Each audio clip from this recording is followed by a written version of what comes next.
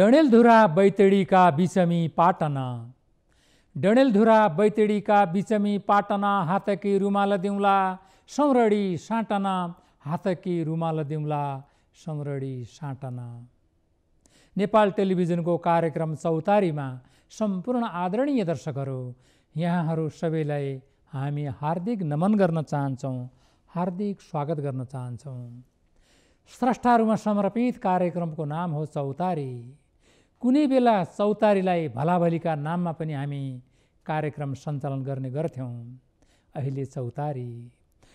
आज एकजना विशिष्ट स्रष्टा कार्यक्रममा हामीले बोलाएका छौँ। आदरणीय दर्शकहरू, सुदूरपश्चिम भन्ने बित्तिकै सेती र महाकाली अञ्चल हो।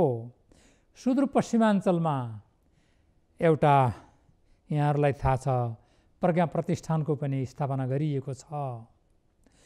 सुदूरपश्चिम प्रज्ञा प्रतिष्ठानका उपकुलपतिका रूपमा अहिले कार्यरत हुनुहुन्छ डाक्टर टी.एन. जोशी।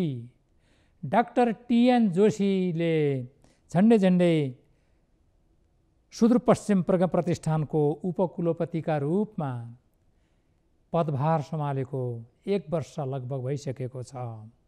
आज उहाँसँग हामी सुदूरपश्चिमको संस्कृतिका बारेमा, सुदूरपश्चिमको भाषा साहित्यका बारेमा र प्रज्ञा प्रतिष्ठानले के गर्दैछ र त्यहाँको संस्कृतिका बारेमा हामी चर्चा गर्छौँ। किनकि टी.एन. जोशी नेपालको पहिलो व्यक्ति हुनुहुन्छ जसले सुदूरपश्चिमाञ्चलको महत्त्वपूर्ण पर्व, मध्यमाञ्चल अथवा कर्णाली प्रदेशको पनि महत्त्वपूर्ण पर्व गौरामा विद्या वारिधि गर्ने पहिलो व्यक्तिका रूपमा परिचित हुनुहुन्छ डाक्टर टी.एन. जोशी। कार्यक्रम चौतारीमा यहाँलाई हार्दिक स्वागत छ। नमस्ते। सबैभन्दा पहिले ढिलै भए पनि बधाई छ। धन्यवाद। नेपाल टेलिभिजन सम्पूर्ण परिवारलाई हार्दिक धन्यवाद र यसका प्रस्तुता हाम्रा आदरणीय दाजु नन्दकृष्ण जोशीज्यूलाई पनि आभार। यहाँ पो हाम्रो आदरणीय व्यक्तित्व हुनुहुन्छ। गौरामा विद्या वारिधि गर्नुभयो, धेरै महान कार्य गर्नुभयो। सँगसँगै नेपाल सरकार, सुदूरपश्चिमाञ्चल सरकारले यहाँलाई आफ्नो विद्वताका आधारमा उपकुलपतिका रूपमा नियुक्ति गर्यो। त्यसैले यहाँ पनि एउटा असल स्रष्टा भन्नुहोस् कि यसका कामहरू गर्दा कतिको अनुभूति भइराखेको छ। 1 वर्ष लगभग भयो यो प्रज्ञा प्रतिष्ठानको काममा यहाँ तल्लीन भएको। अब देशमा जब संघीयताको विकास भयो, संघीयता स्थापना भइसकेपछि सुदूरपश्चिम सरकारले जसरी काठमाडौँमा नेपाल एकाडेमी छ त्यस्तै प्रकारले सुदूरपश्चिम प्रज्ञा प्रतिष्ठानको स्थापना गरेको छ। यद्यपि यसको ऐन 2076 सालमा नै यो प्रदेश सभाले पारित गरेको थियो। 2-3 वर्षसम्म यो एकाडेमी स्थापना हुन सकेन। लामो समय हामी स्रष्टाहरू जुर्मुरायौँ यो स्थापना गर्नुपर्छ भनेर। त्यसपछि बल्ल 2079 सालमा असोज 6 गते प्रदेश सरकारको निर्णयबाट मलाई कार्यकारी उपकुलपतिको जिम्मेवारी सुम्पिएको छ। अब सुदूरपश्चिमको भाषा, त्यहाँको साहित्य, त्यहाँको कला, त्यहाँको दर्शन, त्यहाँको सङ्गीतलाई माथि उठाउने जिम्मा त्यहाँको एकाडेमीको हातमा आएको छ। र यद्यपि ऐनमा आएका केही कमी कमजोरी, केही त्रुटिका कारणले गर्दा सुदूरपश्चिम प्रज्ञा प्रतिष्ठान अहिलेसम्म पूर्णता पाइसकेको छैन। यसका प्राज्ञहरू गठन हुन अझ बाँकी छ। ऐन संशोधन गर्ने प्रक्रियामा हामी लागिरहेका छौँ र चाँडै हामी यसलाई पूर्णता दिन्छौँ। मुख्यमन्त्री त्यहाँको कुलपति। हजुर। धेरैजसोको भनाइ के छ भने मुख्यमन्त्रीकै रूपमा रहनु होला, तर यो भाषा, साहित्य, सङ्गीत, कलाको क्षेत्रको काम भएको हुनाले उपकुलपतिलाई नै अथवा यो क्षेत्रको विज्ञलाई नै कुलपति बनाउनु पर्छ भन्ने एक थरीको माग पनि रहेको छ। के छ भनाइ? अब यो अत्यन्त सान्दर्भिक कुरा पनि हो। देशमा प्रजातन्त्र आएको छ, लोकतन्त्र आएको छ, संघीयतामा देश गएको छ। तर यद्यपि कतिपय कुरा के हुन्छ भने आफ्नो प्रदेशका मूल्य मान्यताहरू, त्यसको आर्थिक समस्या, त्यसको व्यवहार, यी सबै कुराहरू हेरेर त्यो प्रदेश सरकारले गर्ने निर्णय हो। यद्यपि हामी स्रष्टाबाट नै कुलपति हुनुपर्छ भन्ने पक्षमा मेरो पनि जोरदार माग छ। जसरी अहिले त्रिभुवन विश्वविद्यालय हेर्नुहोस्, नेपालका सबै विश्वविद्यालय हेर्नुहोस्, कुलपति प्रधानमन्त्री हुने नै व्यवस्था छ, कार्यकारी अधिकार जम्मै उपकुलपतिलाई सुम्पिएको छ। त्यसै अनुरूप प्रदेश सरकारको अवधारणा के पाइयो भने अहिले पहिलोचोटि परीक्षणको रूपमा यसलाई हामी सुरुवात गरौँ। यो स्थापना भइसकेपछि ठिकै छ, हामी स्रष्टाहरूलाई कुलपति बनाउने पक्षमा हामी त्यस्तो नकारात्मक छैनौँ, यसलाई हामी सुधार गर्दै आगामी दिनमा हामी लैजान्छौँ भनेर उहाँहरूले भन्नुभएको छ। र यद्यपि माननीय मुख्यमन्त्री अहिले कुलपति पदेन रूपमा हुनुहुन्छ, कार्यकारी अधिकार स्रष्टालाई नै छ, मलाई नै दिएको छ। त्यसो भएको हुनाले काम गर्न असहज चाहिँ छैन। जे होस्, यसलाई समय सुधार अनुसार परिवर्तन गर्नुपर्छ भन्ने पक्षमा केही स्रष्टाहरूको माग चाहिँ उठेको छ। त्यही माग अनुसार म पनि त्यसमा सहमत छु। तर यद्यपि मेरो काम यो होइन, मैले गर्न सक्ने कुरा यो होइन। यो प्रदेश सभाले पारित गर्ने विषय भएको हुनाले अब मन्त्रीमण्डलले प्रदेश सभामा त्यसलाई पठाइसकेको छ। अब प्रदेश सभाले त्यसलाई पारित गर्यो भने मात्रै त्यो ऐनको रूपमा लागू हुन्छ र जुन रूपमा ऐन आउँछ त्यसै अनुसार काम अगाडि बढ्छ। चित्त बुझ्दो। कमलबहादुर शाह वास्तवमा अत्यन्तै शालीन व्यक्तित्व, मुख्यमन्त्री हुन लायक व्यक्तित्व। हजुर। जसले उहाँको पुर्ख्यौली घर अछाम, थाहा छ कि लोकगीत लोकसङ्गीत सुदूरपश्चिमको साहित्यका बारेमा उहाँले केही अध्ययन गर्नुभएको छ र बुझ्नु पनि भएको छ। तर प्राविधिक रूपमा यहाँलाई काम गर्दा केही अप्ठ्यारो जस्तो अनुभूति हुन्छ कि हुँदैन? मलाई त्यस्तो अप्ठ्यारो भएको छैन। माननीय मुख्यमन्त्री कुलपति हुँदा हामीलाई त्यत्रो असहज हुँदैन, किनभने उहाँले कुनै काममा हस्तक्षेप गर्नुभएको छैन। उहाँ पदेन रूपको जिम्मेवारी हो। उहाँ पनि जनताबाटै निर्वाचित भएर आएको व्यक्ति हो। कतिपयको एउटा धारणा के रह्यो भने हाम्रै स्रष्टाहरूको यो त पञ्चायतकालीन ऐन भयो, पहिला राजा कुलपति हुन्थे, अहिले मुख्यमन्त्री हुने भन्ने कुरा पनि आयो। तर त्यो होइन। तर के भने माननीय मुख्यमन्त्री त जनताबाट निर्वाचित भएको व्यक्ति हो नि। ठिक छ, उहाँ चाहिँ एउटा प्रमुख संरक्षक भएर नेपाल एकाडेमी जस्तै उहाँले चाहिँ संरक्षकको भूमिका निर्वाह गर्नुपर्ने हुन्छ। अब आगामी दिनमा त्यसलाई संशोधन गर्नका लागि स्रष्टाहरूको आवाज उठेको छ। म पनि त्यसमा सकारात्मक छु र माननीय मुख्यमन्त्रीज्यू पनि त्यसमा सकारात्मक हुनुहुन्छ। चाँडै त्यो संशोधन होला भन्ने हामी अपेक्षा गरेका छौँ। हजुर, धन्यवाद। एकातिर यस्ता कुराहरू छन् भने केही व्यक्तिहरूका अलिकति असन्तुष्टिका आवाजहरू पनि आएका छन्। सुनिन्छ कि यो प्रज्ञा प्रतिष्ठानको जुन मर्यादा अथवा शैक्षिक योग्यताका बारेमा स्वयं विज्ञहरू बसेर निर्धारण गर्नुपर्नेमा विज्ञहरूलाई चाहिँ पन्छाएर राजनीतिक कर्मीहरूले नै नियम बनाए भन्ने रहेको छ। एउटा कुरा के हो भने म सुदूरपश्चिमाञ्चल साहित्य समाजको लामो समय महासचिव भएँ। थाहा छ, यहाँलाई थाहा छ। म त्यहाँको पुरानो ऐतिहासिक कैलाली जनपुस्तकालयको अहिले दोस्रो पटक अध्यक्ष छु। म आफैमा स्रष्टा हो। मैले सुदूरपश्चिमकै लोक संस्कृतिमा विद्यावारिधि गरेँ। त्यो ऐन बन्नुभन्दा अगाडि त्यहाँका प्रतिनिधिहरूलाई बोलाएको थियो र अहिले जो विरोध गरेका केही साथीहरू हुनुहुन्छ उहाँहरू पनि त्यो मिटिङमा जानुभएको थियो। उहाँहरूले सल्लाह पनि दिनुभयो होला। र उहाँ माननीय मुख्यमन्त्रीज्यू लगायत अन्य प्रदेश सभाका माननीयज्यूहरूको भनाइ के छ भने स्रष्टाहरूलाई त हामीले बोलाएकै हो, उहाँहरूकै सल्लाह अनुसार गएको हो भन्ने कुरा उहाँहरूको अवधारणा छ। तर जे होस्, उहाँहरू गए तापनि अहिले उहाँहरूले चाहिँ अब यो चेन्ज हुनुपर्छ, यसलाई परिवर्तन गर्नुपर्छ भन्ने पक्षमा उहाँहरू लागिराख्नु भएको छ। अब जे होस्, ऐन परिवर्तनको पक्षमा छ। प्रदेश सभामा त्यो गइसकेको छ, छलफलको क्रममा छ। छलफलको क्रममा छ, प्रवेश पाइसक्यो। छलफलमा भएको हुनाले चाँडै यसले विकास पाउला कि भन्ने आशा छ। तर हामीले मात्रै भनेर हुँदैन, सरकारको आर्थिक व्यवहार धान्नु पर्यो। कुलपतिलाई, उपकुलपतिलाई, सदस्य सचिवलाई, प्राज्ञहरूलाई तलब सुविधा, गाडी सबै सुविधाहरू दिन सक्ने अवस्थाहरू हाम्रो आर्थिक भारले कतिको धान्छ त्यो अध्ययन भइरहेको छ। धन्यवाद। आदरणीय दर्शकहरू, डाक्टर टी.एन. जोशी, मैले अगाडि पनि निवेदन गरेँ कि गौरा, विशु, माघी जसरी हामी नेपालीहरूको महान पर्व दसैँ र तिहारलाई मान्ने गर्दछौँ, यी पर्वहरू सुदूरपश्चिमका गौरा, विशु अथवा माघी सङ्क्रान्ति धेरै पर्वहरू छन्, दसैँ र तिहारभन्दा कम छैनन्। गौराका बारेमा विद्यावारिधि गर्ने व्यक्तित्व टी.एन. जोशी मात्र लेखक नभएर 25 वर्षसम्म पत्रकारिता गरेको एउटा सफल पत्रकार पनि हुनुहुन्छ। हजुर। अब अलिकति फरक पत्रकार व्यक्तित्व, यहाँ कार्यक्रम पनि राम्रो सञ्चालक व्यक्तित्व, लेखिरहने व्यक्तित्व, कवि पनि, कविताका धेरै कुराहरू यहाँलाई थाहा छ। कुन विधा बढी मनपर्छ? अब दाजु खास गरी म लोक संस्कृतिकै विद्यार्थी हो र मैले गजल पनि लेख्छु। गजलमा पनि मेरो पुस्तक प्रकाशन छ। फुटकर कविताहरू पनि लेख्छु। म आफै भाषा साहित्यको विद्यार्थी भएको हुनाले कहिलेकाहीँ फुटकर छन्दका कविताहरू पनि लेख्छु। गद्य कविताहरू पनि मैले लेखेको छु। संस्कृतिका धेरै फुटकर लेखहरू मसँग प्रकाशित छन्।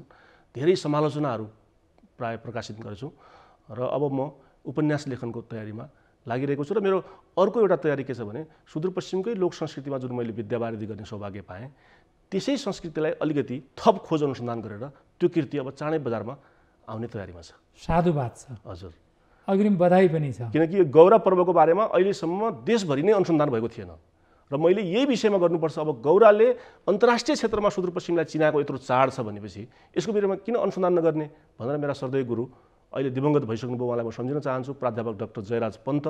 उहाँकै सल्लाहमा मैले गौरा पर्वमा 7 वर्ष लगाएर विद्यावारिधि गर्ने सौभाग्य पाएँ र अब त्यो किताब बाहिर ल्याउने म तयारीमा छु। धन्यवाद। आदरणीय दर्शकहरू, यहाँनिर के निवेदन गरौँ भने कर्णाली वारी र पारीको लोकजीवन धेरै फरक छ। कर्णालीले एउटा सन्देश बोक्छ, हिमालदेखि मालसम्म एउटा रविवार बोकेर आउँछ। जसरी सेती र महाकालीले हिमालदेखि मालसम्म रविवार बोक्छन्, सुख दुःखका कुराहरू सबैका अगाडि छर्लङ्ग्याउँछन्। त्यस्तै सुदूरपश्चिम र कर्णालीको सेरोफेरोको संस्कृति अथाह छ। टिएन जोशीले भन्नुभयो जस्तै धेरै स्रष्टाहरू छन्, धेरै संस्कृतिहरू छन्, तर सिंहदरबारको यो केन्द्रबाट अझै पनि ओझेलमा परेको छ। अब त सङ्घीयता आएपछि हामीले आशा छ कि उपकुलपति भइसकेपछि टिएन जोशीले माथिको बझाङ दार्चुलादेखि डोटीका हरेक कुना कन्दरामा रहेका अछाम र बझाङका बाजुराका कुना कन्दरमा रहेका मठ मन्दिर लगाउने घाँगर जसलाई गुन्यु भन्छन्, त्यो संस्कृतिको पनि पक्कै पनि यहाँको काँधमा जिम्मेवारी आएको छ कि यो संस्कृति मेची महाकाली पुर्याउनुपर्छ भन्ने। अब खास गरी नेपाली भाषाको उद्गम भूमि पनि सुदूरपश्चिम हो। आज हामी मानसखण्ड भन्छौँ। तपाईँको उता पश्चिममा अब अहिले हेर्ने हो भने कुमाउँ गढवाल, यता तिब्बतको खाडी प्रदेश, यता काली कर्णाली र यता भारतको सिमानाकासम्मको जुन प्रदेश छ त्यसलाई हामी मानसखण्ड भनेर चिन्दछौँ। अब मानसखण्डको सभ्यता र संस्कृतिसँग हाम्रो नेपाली भाषाको पनि जोडिएको छ, इतिहास जोडिएको छ। त्यहाँको जस्तो संस्कृति मुलुकमै छैन। त्यसो भएको हुनाले सुदूरपश्चिममा उत्खनन गर्नुपर्ने, त्यसको अनुसन्धान गर्नुपर्ने धेरै पाटाहरू अझ पनि बाँकी छन्। त्यो जिम्मेवारी अब सुदूरपश्चिम एकाडेमी हाम्रो प्रज्ञा प्रतिष्ठानलाई आएको छ। अब चाँडै यो प्राज्ञ परिषद निर्माण भइसकेपछि हामी सुदूरपश्चिमका अछाम, बझाङ, बाजुरा, डोटी, कैलाली, बैतडी, दार्चुला सबै क्षेत्रका स्रष्टाहरूलाई माथि उठाउने गरी, कलाकारहरूको सम्मान गर्ने गरी त्यहाँ एउटा इतिहास बोकेका मान्छेहरू छन् नि। आज देउडालाई अन्तर्राष्ट्रिय क्षेत्रमा पहिचान दिलाउने नन्दकृष्ण जोशी यहाँ जस्ता कलाकारहरू पनि त्यहाँ हामीले पाएका छौँ नि। त्यसो भएको हुनाले यहाँकै एउटा सभ्यतालाई यहाँले देखाएको सिकाएको जुन बाटो छ त्यसलाई अङ्गीकार गरेर अब सुदूरपश्चिम प्रज्ञा प्रतिष्ठानले 9वटै जिल्लाको प्रतिनिधित्व हुने गरी हामी त्यहाँको कला, त्यहाँको सभ्यता, त्यहाँको सङ्गीत, त्यहाँको चाहिँ इतिहास, त्यहाँको पुरातत्वलाई अब प्रकाशमा ल्याउनका लागि एकाडेमी अगाडि बढेको छ। धेरै राम्रो कुरा। यहाँले देउडाको कुरा गर्दाखेरि मलाई ती दिनहरूको याद आयो जुन बेला आदरणीय दर्शकहरू अलिकति मैले निवेदन गर्न खोजेँ, यो विज्ञापन होइन वस्तुपरक कुरा हो कि 2046-47 सालतिर क्यासेटका बोराहरू बोकेर, त्यो बेला क्यासेटको जमाना थियो, टेप रिकर्डर थियो बोक्ने सुन्ने, बजारमा क्यासेट बिक्री गर्दै गर्दा सङ्कलन गर्दै गर्दाखेरि मलाई 2 जना मान्छेको ज्यादै ठुलो याद आउँछ धनगढीमा। एउटा भालचन्द्र भण्डारीज्यू। हजुर हो। भालचन्द्र भण्डारी निकै कविताको माथिल्लो कोटीको व्यक्तित्व, असल व्यक्तित्व, छन्दमा राम्रो कविता लेख्छ। र सँगसँगै त्यहीँनिर टिएन जोशी त्यो बेला पिएचडी गर्नुभएको थिएन, कलिलो हुनुहुन्थ्यो, बडा रमाइलो हुनुहुन्थ्यो। गीत सुनाइरहँदाखेरि यहाँहरूको आँखाभरि आँसु रसायो। भालचन्द्र भण्डारीले यो प्रस्तुताको काँधमा हात राखेर स्याबास भन्नुभयो। टिएन जोशीले निहुरेर नमस्ते गर्नुभयो। हाम्रो डोटेली, हाम्रो सुदूरपश्चिमको सङ्गीत अब चाहिँ कहिल्यै नरोकिने गरी, नथाक्ने गरी अगाडि बढ्नेछ भन्नुभएको कुरा यहाँलाई याद छ कि छैन? एकदमै याद छ दाजु, मलाई ती दिनहरू अहिले पनि सम्झिरहेको छु। सम्झनु त्यसो भएको हुनाले यो देउडा भन्ने बित्तिकै हामीलाई जति पनि सुदूरपश्चिममा छौँ, चाहे कसैले मानोस् नमानोस्, एउटा जिउँदो इतिहास नन्दकृष्ण जोशी हो। ती देउडाका ती क्यासेटहरू हामीले आफ्नो टेपमा हालेर घन्काएका ती दिनहरू म बिर्सेको छैन। त्यसो भएको हुनाले इतिहासलाई हामीले बिर्सिनु हुँदैन। सँगसँगै एउटा कुरा म निवेदन गर्न चाहन्छु, एउटा शालीन व्यक्तित्व, महान साहित्यकार जसले मदन पुरस्कार प्राप्त गर्न सफल हुनुभयो, हिउँको तन्ना, लोकेन्द्रबहादुर चन्द विसर्जन कथामा उहाँले पाउनुभएको थियो। हजुर, अनि उहाँसँग बसेर देउडाको बारेमा निकै चर्चा गर्नुभयो। त्यसमा टिएन जोशी, पदमराज जोशीजी पनि हुनुहुन्थ्यो र वासुदेव पाण्डे पनि हुनुहुन्थ्यो, अनि यज्ञराज यात्री हुनुहुन्थ्यो। तपाईँहरूले देउडाको बारेमा घनीभूत छलफल गर्दाखेरि यो प्रस्तुता पनि टुप्लुक्क पुग्दा अब देउडा तपाईँको जिम्मामा रह्यो जोशीजी, लोकेन्द्रबहादुर चन्दले भन्नुभएको। तपाईँले त्यो बेला दुवैजनाले निकै नतमस्तक भएर मलाई ढोगेको त्यो कुरा अहिले पनि मलाई आँखाभरि आँसु आउन आउँछ। ती कथाहरू अहिले त्यो बेलाको देउडा र अहिलेको अवस्थाको देउडाको तपाईँ असाध्य विद्वान व्यक्तित्व, असाध्य बुझक्कड व्यक्तित्व, सँगै पदमराज जोशीजी पनि, कस्तो चर्चा चल्छ जस्तो लाग्छ? कस्तो छ यो देउडाको भविष्य? हिजो कस्तो थियो, आज कस्तो छ, भोलि के गरौँला जस्तो लाग्छ टिएन जोशीजी? हो, वास्तवमा यहाँले अत्यन्त मार्मिक कुराहरू पनि गर्नुभएको छ। हामीसँग धेरै प्रतिभाहरू छन् दाजु। म सुदूरपश्चिम साहित्य समाजको लामो समय, झन्डै 9 वर्ष म महासचिव भएँ। 9 वर्ष। त्यति बेला हामीले एउटा राष्ट्रिय लेभलका कार्यक्रमहरू हामी धनगढीमा गऱ्यौँ। त्यति बेला यहाँलाई पनि हामीले सम्मान गरेको यहाँले बिर्सिनुभयो कि याद छ? हामीले त्यो बेला नै नन्दकृष्ण जोशीलाई देउडा सम्राट दिनुपर्छ भनेर बोल्ने मान्छे हामी हौँ, किनकि सत्य कुरा लुक्दैन कि। आज उहाँका गीतहरू चोरेर, उहाँको प्रतिलिपि गरेर पनि धेरै कलाकारहरू आएका छन्, तर एउटा सत्य कुरा के बिर्सिनु हुँदैन भने इतिहास बनाउने मान्छे कहिले पनि मर्दैन। त्यसमा सुदूरपश्चिम साहित्य समाजमा हुँदाखेरि पनि हामीले कलाकारको सम्मान गरेकै थियौँ। त्यो भव्य राष्ट्रिय अन्तर्राष्ट्रिय कार्यक्रम गऱ्यौँ, नेपाल भारत लेखक सम्मेलन गऱ्यौँ, स्रष्टाहरूको सम्मान गऱ्यौँ। आज एकाडेमी बनिरहँदा पनि एउटा सरकारले मलाई ठुलो जिम्मेवारी सुम्पेको छ। अब यो एकाडेमी पूर्णता पाउने बित्तिकै यहाँहरू जस्ता हाम्रो सुदूरपश्चिमलाई अन्तर्राष्ट्रिय क्षेत्रमा पुर्याउने त्यहाँका कलाकार, त्यहाँका स्रष्टाहरू, हामीभन्दा अग्रज मान्नुपर्ने, पुज्नुपर्ने यहाँहरू जस्ता कलाकारहरूलाई हामी उचित सम्मानको वातावरण कसरी हुनसक्छ भनेर सरकारसँग मेरो दृष्टि भइरहेको छ, छलफल भइरहेको छ। त्यही अनुरूपको हामी नियमावलीहरू बनाएर चाँडै स्रष्टाहरूलाई सम्मानित गर्ने कार्यक्रम अगाडि बढाउँदैछौँ। धेरै धेरै धन्यवाद। अब यहाँको पत्रकारिताको कुरा गरौँ। जुन बेला पञ्चायत कालखण्ड थियो, मलाई याद छ कि टिएन जोशी र एकजना, मलाई ठ्याक्कै नाम भुलेँ, उहाँले बडा निर्भीक भएर कलम चलाउनुहुन्थ्यो, पञ्चायतका विरुद्धमा चाहिँ खुब लेख्नुहुन्थ्यो। अनि त्यो बेला हाम्रा नेता हुन्, मन्त्री पनि हुनुभयो, उहाँ धनगढीकै पहिले प्रतिनिधि हुनुहुन्थ्यो। उहाँले चाहिँ यति कडा नलेख्नुहोस् तपाईँहरू भनेर चाहिँ टेकबहादुर चोख्याल दाजु, आज दिवंगत हुनुभएको छ, उहाँ दिवंगत हुनुभएको धेरै वर्ष भयो। तपाईँहरूको कलम त ठिक छ, तर चाहिँ धेरै कडा लेख्नुहुन्छ भन्नुहुन्थ्यो। ती दिनहरू कसरी सम्झनुहुन्छ टिएन जोशीज्यू? वास्तवमा दाजु मैले 2050 सालदेखि म धनगढीमा छु। झन्डै 30 वर्ष त्यहाँ साधना मैले बिताएको छु। त्यहाँका राजनीतिकर्मी, त्यहाँको स्रष्टा, त्यहाँको माटो, सुदूरपश्चिमको भूगोल मैले राम्रोसँग बुझेको छु। त्यसो भएको हुनाले म कलेजको प्राध्यापक पनि हो, मैले धेरै हजारौँ विद्यार्थीहरूलाई पढाउने सौभाग्य पनि पाएँ। त्यहाँका कलाकारका पीडाहरू, त्यहाँका मर्महरू, त्यहाँको चाहिँ भूगोल, त्यहाँको भाषा, त्यहाँको संस्कृतिलाई मैले राम्रोसँग निहाल्ने अवसर पनि पाएको छु। त्यसो भएको हुनाले आज जुन देश संहितामा गएको छ, गणतन्त्र आएको छ, यो साना दुःखले आएको होइन। त्यो निरङ्कुश शासनका विरुद्धमा स्रष्टाहरूले गरेको ठुलो आन्दोलन छ नि, यहाँहरू पनि त होमिनु भएको थियो नि त। आज यहाँहरूले होमिँदाखेरि त्यति बेला चाहिँ जेल हाल्छु, ठोक्छु, तपाईँलाई काट्छु, मार्छु भन्नेहरू पनि त थिए नि त।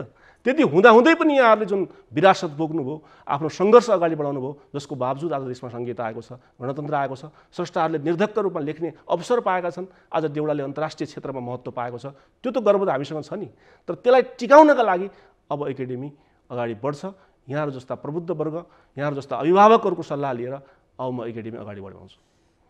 यहाँ डोटीमा जन्मनु भयो। हजुर, डोटी आफैमा पुण्य भूमि, एकदमै पुण्य। देवताहरूले रमाएको भूमि, मन पराएको भूमि, खप्तडको छेउमा रहेको पल्तिर बाजुरा, बझाङ, अछाम, ओल्तिर डुटी, यति सुरम्य भूमिको व्यक्ति, जहाँ डाक्टर डिपी भण्डारीको जन्म भयो, जहाँ अघि पनि प्राध्यापक हजुर, जहाँ डाक्टर जयराज पन्तको पनि जन्म भयो, त्यही ठाउँमा जन्म भयो डाक्टर टी.एन. जोशी।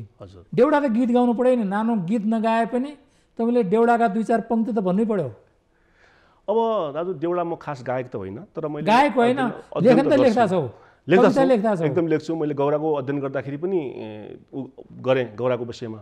जस्तो गौराको सानो प्रसङ्ग, नाच नाच लोली गौरा तमै बटी नाच, तमरा नाचना देखि पैहा म नाचुला। यो हाम्रो डोटेली गौराको एउटा फागको विशेषता हो। त्यस्तै अब देउडा पनि छन्, पारीले क जानेको है खसक्क खाँसी जा, सौराईले लाएको डाको हौ भनी बोली जा, ती दिनहरू पनि आउँछन्। डाको लायो पसेला है, हौ भन्यो सैन है, जिन्दगीलाई धोका दिने मनपापी तैन है। यस्ता गीतहरू पनि हामीले सुनेका थियौँ। म कवि मानबहादुर सिंह पहाडी हजुरकै बझाङ क्षेत्रको हुनुहुन्छ, उहाँलाई सम्झिन्छु, आज दिवंगत हुनुभएको छ। त्यसले यो देउडा भन्ने बित्तिकै सुदूरपश्चिमको झङ्कार आउँछ, एउटा स्नेह आउँछ, त्यसले गर्दा आनन्द आउँछ, बडा रमाइलो हुन्छ खेल्दाखेरि, एकदमै आनन्द आउँछ दाजु। तँ पनि मस्तै खेलेका छौ। मैले खेलेको छु, देउडा प्रेमी हुँ। मैले सुदूरपश्चिमको देउडाकै विषयमा धेरै लेखहरू लेखेका छु। गौरा पनि देउडासँग सम्बन्धित भावना, देउडा पर्व, गौरा पर्वमा अवसरमा धेरै देउडाहरू खेलिन्छ, त्यसको अध्ययन मैले आफ्नो रिसर्चमा गरेका छु। 2056 सालमा HIV एड्सका विरुद्धमा हामीले कार्यक्रम गर्दाखेरि सारा नरनारीहरू हामीले बच्नुपर्छ, कसरी बच्ने भनेर प्रतियोगिता हुँदाखेरि यहाँ एउटा अभियन्ता हुनुहुन्थ्यो, त्यो बेला निकै देउडा खेल्नुभयो। हो, त्यो बेला म कार्यक्रमको सञ्चालक थिएँ, देउडा प्रेमी, भर्खर +2 पढ्दै थिएँ। देउडा पनि खेल्ने, हजुर, निकै रमाइलो गर्नु। ती दिनहरू कसरी सम्झाउनु? त्यो उत्साह, त्यो बेलाको रेडियो नेपाल, अब हुन त मैले पछि रेडियो नेपालमा काम गर्ने सौभाग्य पनि पाएँ। त्यो बेला रेडियो नेपालमा यहाँहरूका गीतहरू सुन्दाखेरि, ती क्यासेटका एल्बममा देउडाका गीतहरू सुन्दाखेरि एउटा छुट्टै खालको एउटा आनन्द आउँथ्यो दाजु। त्यसो भएको हुनाले आज बडा रमाइलो हुन्छ। देउडालाई आज अन्तर्राष्ट्रिय क्षेत्रमा सुदूरपश्चिमले चिनाएको छ। यहाँहरू जस्ता प्रबुद्ध वर्गले अझै हामीहरूलाई सल्लाह सुझाव दिएर अब त्यहाँको कला, संस्कृति, सभ्यतालाई माथि उठाउनका लागि हामी अगाडि बढेका छौँ। धन्यवाद। आदरणीय दर्शकहरू, अब लगभग हामी हिँड्ने बेला भइसकेको छ। कैलाली जनपुस्तकालयका अध्यक्ष हुनुहुन्छ डाक्टर टी.एन. जोशी। यो कैलाली जनपुस्तकालय किन निवेदन गरेको भने, नेपालका प्रथम जननिर्वाचित प्रधानमन्त्री बीपी कोइरालाले हस्ताक्षर गरेको, आगमनमा उपस्थिति जनाएको यो कैलाली जनपुस्तकालयको एउटा सफल अध्यक्ष हुनुहुन्छ। सँगसँगै डिग्री पत्रकारितामा गरेको व्यक्तित्व, बहुआयामी व्यक्तित्व हुनुहुन्छ डाक्टर टी.एन. जोशी। यसै गरिकन हामीले भन्नै पर्दाखेरि उहाँ सहप्राध्यापक हो, लामो अवधिसम्म पढाउनु भएको व्यक्तित्व, साह्रै शालीन व्यक्तित्व। डोटेली लोकगीत र लोक संस्कृति मात्रै नभएर सुदूरपश्चिम र कर्णाली प्रदेशको पनि लोकगीत र लोक संस्कृतिको सूक्ष्म ढङ्गले अध्ययन गर्ने एउटा जिज्ञासु व्यक्तित्व तपाईँ टी.एन. जोशीलाई कार्यक्रम यो टेलिभिजनमा चौतारीमा आउँदाखेरि हामी साह्रै खुसी भएका छौँ। संक्षिप्त यो छोटो अवधिमा केही भन्नुपर्ने केही कुरा छ? नेपाल टेलिभिजनको यो चर्चित कार्यक्रम चौतारीका प्रस्तोता आदरणीय दाजु नन्दकृष्ण जोशी, जो आफैमा सुदूरपश्चिमको गौरव हो, यहाँले मलाई बोलाइदिनु भयो म काठमाडौँ आएको बेलामा पारेर। अब मेरो यो बेलामा के भन्नुपर्ने छ भने, सुदूरपश्चिम प्रज्ञा प्रतिष्ठान अब पूर्णता पाउने तयारीमा छ। यसलाई सफल बनाउने जिम्मा हामी सुदूरपश्चिमका सबै कलाकार, सबै स्रष्टाहरूको हातमा छ। त्यस सँगसँगै सुदूरपश्चिमको एउटा नमुना पुस्तकालय, इतिहास बोकेको म अध्यक्ष, कैलाली जनपुस्तकालयको म अध्यक्ष हुँ। त्यो पुस्तकालय म अध्यक्ष आइसकेपछि मैले 3 तले स्मार्ट लाइब्रेरी भवन अहिले बनाइसकेँ र सुदूरपश्चिमकै नमुना पुस्तकालय बनाउने दिशामा हामी लागिरहेका छौँ। म दोस्रो पटक त्यसको निर्वाचित पनि भएको छु।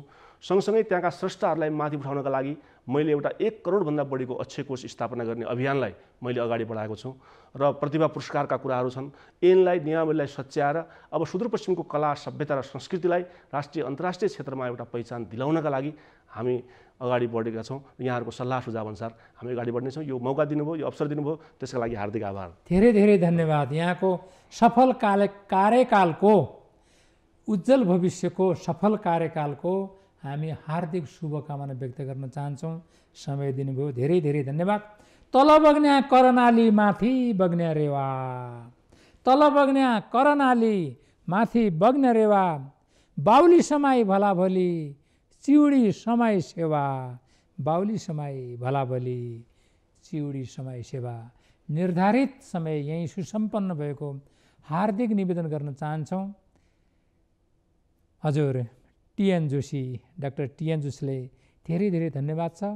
हवस् त, नमस्ते।